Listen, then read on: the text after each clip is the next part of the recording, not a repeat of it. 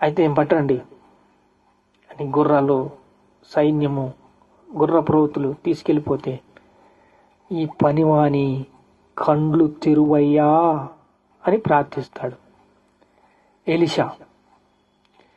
అప్పుడు ఈ గెహజీ అంటాడు కదా, ఇలా కళ్ళు తెరిచి చూసినప్పుడు, ఆత్మీయ నేత్రాలు తెరిచినప్పుడు చుట్టూ అగ్ని గుర్రాలు ఉంటాయి. ఇప్పుడు మనకి సెక్యూరిటీ గార్డ్స్ ఉన్నారు, దూతలు ఉన్నారు, వాళ్ళు పని చేస్తున్నారు. ఆయన దూత కావలి ఉండి వారిని రక్షించును. యెహోవా యందు భయభక్తుగా వారి చుట్టూ ఆయన దూత కావలి ఉండును. ఒక దూత 1,85,000 మందిని హతం చేసి ఒక రక్తపు చుక్క కూడా చూడలేదు. స్మాష్. యుద్ధం అలా ఉంటుంది. మేము పోరాడుచున్నది ఆకాశ దురాత్మ సమూహులతోనూ ఈ లోకనాథునితోనూ ప్రధానులతోనూ అధికారులతోనూ యుద్ధం మొదలుపెట్టినప్పుడు మా ఆయుధములు శరీర సంబంధమైనవి కావు, దేవుని ఎదుట దుర్గములు పడదోయంత బలమైనవి. అర్థమైందండి? ఒక్క దూత 1,85,000 మందిని హతము చేసినప్పుడు మా ఆయుధములు శరీర సంబంధమైనవి కావు, దేవుని ఎదుట దుర్గములు పడిపోతాయంతే. శత్రువు పాదాల కిందకు వస్తాడంతే. రాజ్యం అప్పగించవలసిందే.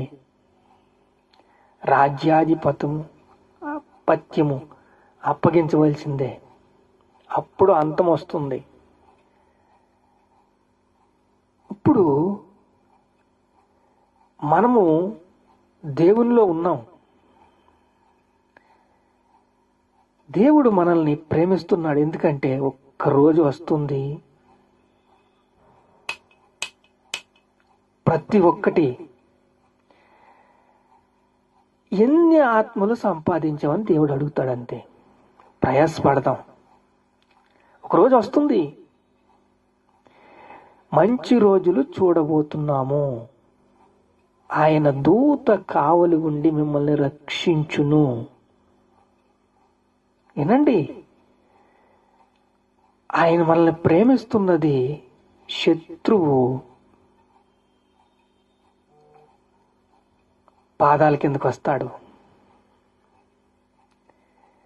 ఎన్ని కోట్ల ఆత్మను సంపాదించావని అడుగుతాడు దేవుడు.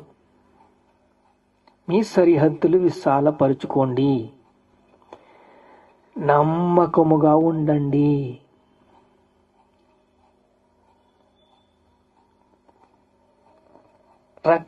నాకు రక్షణ కావాలని కొట్లాడతారు. ఎందుకంటే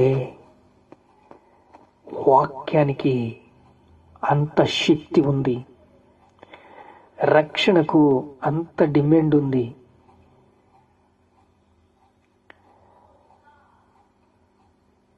యెహోవా ఉత్తముడని రుచి చూచి తెలుసుకోండి, ఆయన ఆశ్రయించు నరుడు ధన్యుడు.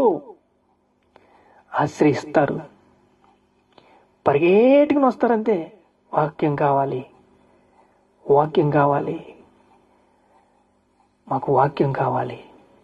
ఎరికో గోడలు కూలిపోనియండి, ఎర్ర సముద్రం 2 పాయలుగా అయిపోయిందండి.